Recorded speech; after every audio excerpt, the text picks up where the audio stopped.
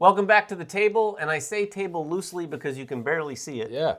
We've got a lot of Unsettled here in front of us. We have quite a bit. And this is our review of Unsettled. Jeremy and I have played this a few times. You've played it a few more than me. Yeah, I played through basically the base box in a nutshell. Yeah, I have one mission left in Gracchus, but I played through the base box, and then we played another planet. Yeah, and I've played one of the boxes in the base box, a couple of the tasks. And just so you know, when we say boxes in the base box, these little boxes are worlds for this, basically what they say is a base framework. By the way, just to show you how we just discovered that it says base framework on the box. Like I just looked at the title, Unsettled. We were just discussing. We were just discussing beforehand that it's kind of like this is a game system in here plus 2 planets to play through, and then you can get all of these extra planets. Yeah, and these range in difficulty, by the way. So you have the ones in the base box, you're going to have level 1, level 2,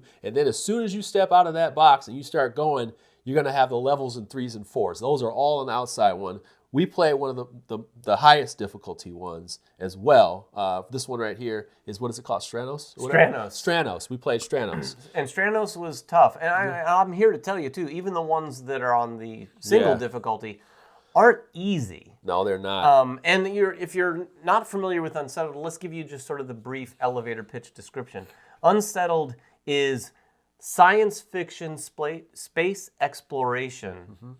And that's all you need to know. Yeah. Like, it's hard to describe, and we don't want to describe too much more than that, because what each scenario offers is kind of like an unknown experience. And this game, and I think the designers want you to embrace the unknown. Yeah. See, I play this game solo, and the designer was not happy to hear that. But I have played it multiplayer as well. But that's the thing. Everybody loves the thematic experience that's going on. But let's just talk about gameplay mechanics. So the base framework is you're going to have these 3 cubes that represents different things. You're going to be placing them on your board that has 6 slots in it. Those are going to help you move. They're going to help give you insight, and insight is how you kind of like learn more and you became more specialized and get skills. You can recover. But the thing is that you are going to have these 2 dice that you can place basically in other spots as well, spots on some of the cards, nodes that are going to come out, but you have to use one of them to rest. So you really only have 2 actions on your turn. Yeah, because your third action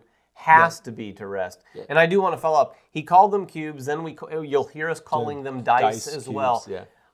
100%, these are not dice. There are a couple of dice in the game, but this game is using these cubes to basically just keep track of the power of your action. You can use it to a power of 3, and then when you use that to say, move again, it might pip down so that the next time you use that cube, it's not going to, it's going to basically degrade down to the point where you need to rest so that it pips back up. It's kind of like it just keeps track of your actions and what you can do on your turn. And you're not alone. Not only do you have your partners, you also have this bot named Luna. And Luna is going to help you move around and kind of get some discovery. She actually scans for materials and scans for data, and you're going to be rolling a die to kind of represent that. But Luna's got some interesting things, and in this game, there's going to be a lot of discovery. Even in just like the base concepts, you are going to be learning more about each planet that you're into, right? Yeah, in fact, one of the 6 actions that you didn't mention was investigate. Yeah. This is absolutely my favorite action in the game. I mean, now, you have to use all of them. Yeah. Don't think, oh, I'm just going to investigate the whole time. You can't do that. I'm just saying it's my favorite because when you use it within the base system, no matter the planet, you're going to be able to, at your location, or node is what they call it, which is, and the map that you're on is basically built up of these somewhat square cards. Yeah. When you're on a location or a node, you can investigate and basically discover. Yeah. And sometimes it's going to feel like a risky thing to do. Yeah.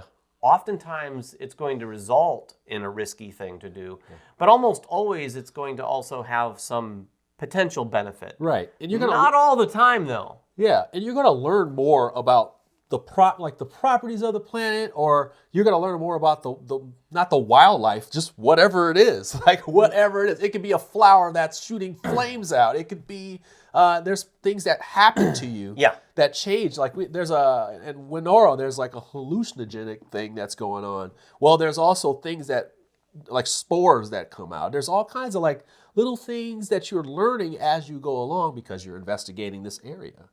They even have names for them that kind of give you like what's going on here. Yeah. And even dice there you go. The cubes that you put on those cards are nodes, and you're going to be able to do specific actions as well. I mean, you can become moist, you can become hot, you can become all sorts of different things. There's all sorts of different things that happen on the planet. And by the way, this is where the conversation is going to get real wacky because each one of these planets does that to you. Yeah. You don't know what's going to happen. You open the box, they give you a kind of like a precursor and saying, hey, like, this is generally how the planet works. Like, Gracchus is going to be one where there's elevation, there's a storm going on. And the card will tell you, hey, like, we got to deal with this thing. We got to set ourselves up, and we have to put these rods down and whatnot. Other than that, you are kind of discovering the rest. You sort of know what's going on and what your goal is. But as you unfold these tiles, which all come out in different layouts, they all are in different layouts, then you discover more of what's going on in this game. Yeah, and speaking of the goal and what you're trying to do, each of these planets, it should be said, have these tasks. Each planet comes with, I think, three tasks. Right. And each task is effectively the objective for that scenario. This is what's going to... So once you know the base framework of what you're doing in the game and how to play, you open up a planet, and then you're going to have a little tiny rule book that gives you a planet primer. Yeah. So that primer is going to give you a sense of like, okay, here's a general sense of what's happening a little differently in this planet. Just so you know, when you encounter this, which you probably will, you'll have to do this. Right. So you read that, then you choose one of three tasks. And I want to make this point very, very clear. A lot of games I've played where you have kind of like a scenario, or like a scenario box like this, and then there's maybe three different ways you can approach it. Yeah. That is not what these tasks are like. No. These tasks are almost like having just three separate boxes. They feel that different. At least the ones I've encountered. No, they are so different. There's nothing like it. This is very much the base framework. Every box that you are opening, different discoveries. Like literally, they have tiles that you are adding. You're adding a new board and you don't know what that board means. And even within these little boxes, the experience feels different. I haven't played all three tasks of the very first planet, but truth be told, I played it with a friend of mine, the first one, and he'd left the house and I was cleaning up and I took a peek at one of the other tasks just to see. Yeah. And I stopped looking because I saw how wildly different it was immediately that I was like, oh, I didn't. At first, I really thought, I don't know if I'm going to play one planet more than once. Right. You will. Yeah. For sure. You will. Because the three tasks for each planet are so wildly different that it's that much game that they've got here. Yeah, I was going to say, like, I'll just tell you, like, outside of the base one, so I've played, like I said, I've played almost all of the base stuff. One of the pieces of feedback I had, and you will have to just pay attention to this one, the rule book, they have a really good video tutorial. But the rule book has a lot of grammatical things going on in there. There's actually some explanations of things. There are little edge cases that you got to worry about. I would definitely make sure that you go and find the FAQ and also go and look at the video. But also on one of the planets, Gracchus, Gracchus Task A is tough. I don't know what's going on with that. It's beat me up. This is a level 2. I thought I could make it. I can get past the second one. It's tough, but this one, Task A, apparently, there's some things to it. So there's going to be a lot of discovery and risks you need to play. This game actually says you have to take risks in this. It encourages you to take risks, and I'm not usually a risk taker in game. Yeah. You are a risk taker in game. Oh yeah, baby. But I will say, as someone who's not generally a risk taker, after playing this a few times, you definitely, like I said earlier, you want to just kind of lean into the experience, embrace the unknown, and deal with whatever happens. Yeah. And that sounds a little chaotic, and this brings up another point I wanted to make. There's a couple things about this game. You could be described as a highly narrative game. Yep. When people talk about the mechanics of the game, it's like a big cooperative puzzle that you're trying to solve. Each one, and each puzzle feels interestingly different, and you start playing a planet, and you're like, oh, okay, we've got to rethink a lot of what we've learned with other planets, and approach this puzzle differently. And even then, it'll pivot and change things up on you. But the brilliant thing going on here is I wouldn't look at it as just a puzzle game. And I wouldn't look at it as just a narrative game. But when those two things come together, the way they've brought them together, it's almost like those two parts become really one more than any other game that I've seen. I would say the puzzle side of the game relies on the narrative to be as good as it is to make it, and vice versa. Right, because I was arguing with him last night, and I was like, no, I like gameplay over everything. But the reason why I like this game is because I like this game so much is because it that theme lifts it up. Absolutely. And it kept me in. Now, that's because I'm reading the investigation cards. I'm reading everything through. I'm not skipping to look at the icons and see what I get. And you'll want to do that. And when you discover more things, you're getting upgrades for Luna, that's a little bit more like, hey, they're going to help you. Luna's going to help you navigate. But once you start adding these little cards, you get more power, you discover more things, and you start to see there's more theme to this than meets the eye.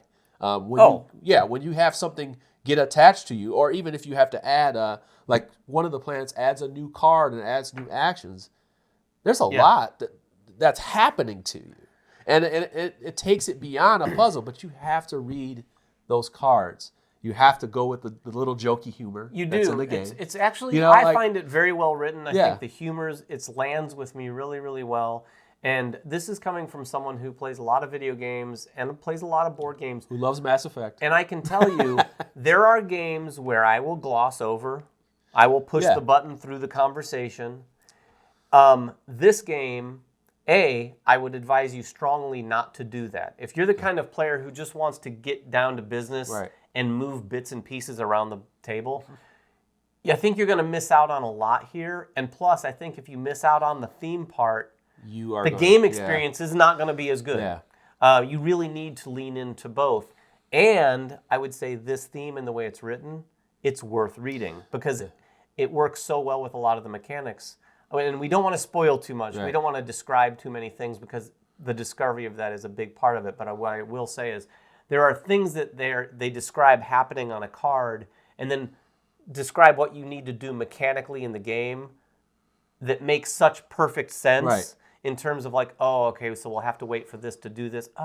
And if you've ever played a game where you think, so because the card does this, it's like what they described with this creature. Yes. And it just makes a lot of sense, and it feels great. There's some creatures that pop up and impede your path. There's creatures that chase you around. There's all kinds of stuff. We can't even describe all the things. I can't describe all the stuff. It's like when you're explaining these specific things, what I would say is if you're looking for just the straight gameplay outside of the framework, just know that these different panels are going to take these nodes and not make a square. They may make a square, but the way that works out is different in everything. And everything. And as you flip over those tiles, you're going to have these different spots that you can put dice on, and that leans more into the theme or the mechanic of the game.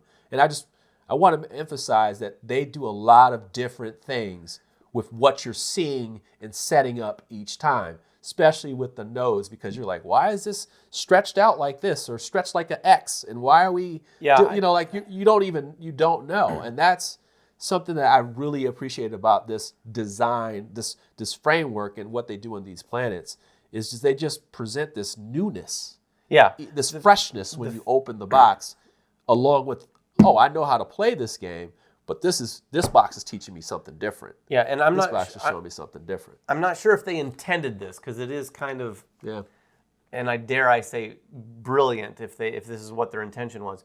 The feeling of discovery that you want to kind of thematically have because of what's going on in the game. Yeah.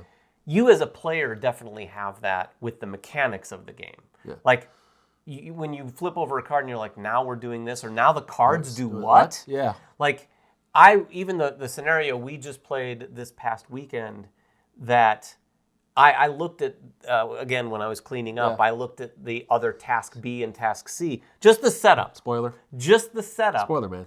And you could see just from the setup of the initial layout of all the nodes and the cards on the table, you were looking at things that were like, what? Yeah. And it makes you, every time you approach another planet, it really does make you rethink what's going to happen. And we have to preface, no, well, not preface, but I'll add this to this lengthy review already. we've only played a little bit. Right. You know, we've played 3 or 4 times. Like I haven't played these 3 planets, and I don't want to. Like that's the thing. I don't think you need to play all this to know what this experience is. Sure. I think it'll open up your mind to like what we're getting into. So I do encourage people when and if they were to play this game, maybe this one planet may not connect with you, or you're just like, I don't get it. I would encourage you just to play the next scenario, whether you win or lose, just to see like this planet has a lot more to it. Or just go to a different planet and maybe you'll see something different that connects with you. That would be the best way to approach this game, because if you sometimes you may just get stuck mentally on something, and you may lose and you may feel like, oh, that really did hit. I think if you progress, it may feel like this is the second episode of being on this planet. Yeah. I try to relate it to a whole bunch of science fiction type shows because it does feel like that to me. It's very relatable to those things. One other thing I wanted to mention, this is more of a practical aspect.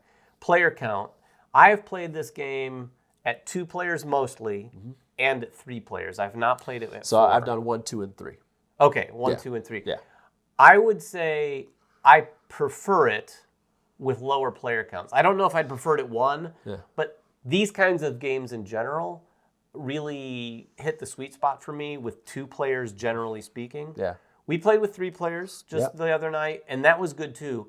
For me personally, I think at 4 players, you're going to have people who feel less like they're contributing more than when you'd have 2 players. Yeah, and I also would say 4 players kind of difficult to put on your table. Oh, that too. This game does have a big table set up, and along with 4 players, and also the map, like I said, the map you're laying out may change, and the length and size of it. So that is a piece of feedback. I've already seen that stuff on BGG where people have made a different setup already.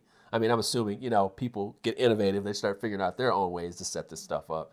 But yeah, it is a beast. It is a table beast. And it's an evolving table beast. It's an evolving like we said, one, yeah. We could set it up and go, okay, I think this fits just right. And then mid-game, we're moving stuff around to make more and more room. But yeah, Unsettled, I mean, to sum things up, I would say this is a really great marriage of both theme and puzzle cooperative mechanics.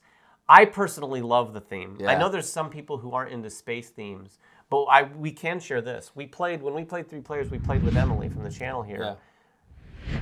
This is not her kind of game. No, it isn't. Emily, even when she was going to come over and I said, okay, we're thinking about playing Unsettled. I'm not sure that's your kind of game. She's more into Euros. She's more into knowing exactly what she wants to do. Not discovery, not exploration.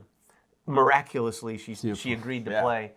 And when it was all said and done, she said, you know what? I really like this, though. Yeah. So that, I thought, said a lot about the experience overall. Yeah, I think she's settled in. And oh, boy. Oh, boy. On that note. But that's Unsettled from Orange Nebula. We might eventually have more content on this. I do want to play... I'm going to play more and more of these planets. I kind of want to bounce around from planet to planet. I think I'm going to, you know what, now that I've seen 3 of the planets, now I kind of want to just bounce around and see what's going on. Instead of doing all the tasks I don't want to do all the tasks in one now. Like I've gone deep into 2 boxes and I've seen that one. I know that one. Now I just want to touch on each one. And I know I can handle the difficulty. So I'm good to go now. Yeah, and we've covered it kind of superficially here, but we just wanted to tell you what we thought of it and giving you sort of a high-level perspective on our review in terms of what we think will push the buttons for different types of players, and I think we did that pretty well. But if you have any questions at all, ask them in the comments below. We will absolutely dig deep into our experience and answer any questions we can. Unless you're asking about a planet that we haven't played. Can't tell, but do comment below, and until next time, make sure everyone has fun at the table, and we'll see you then. Take care. Congratulations, you got to the end of one of our videos. Now, if you want more practice, just click on the video over here. It's another video. You might not have seen it yet, so click on it. If you don't want to do that, at least click on the subscription button below. That always helps us. And if you want notifications, please ring that bell.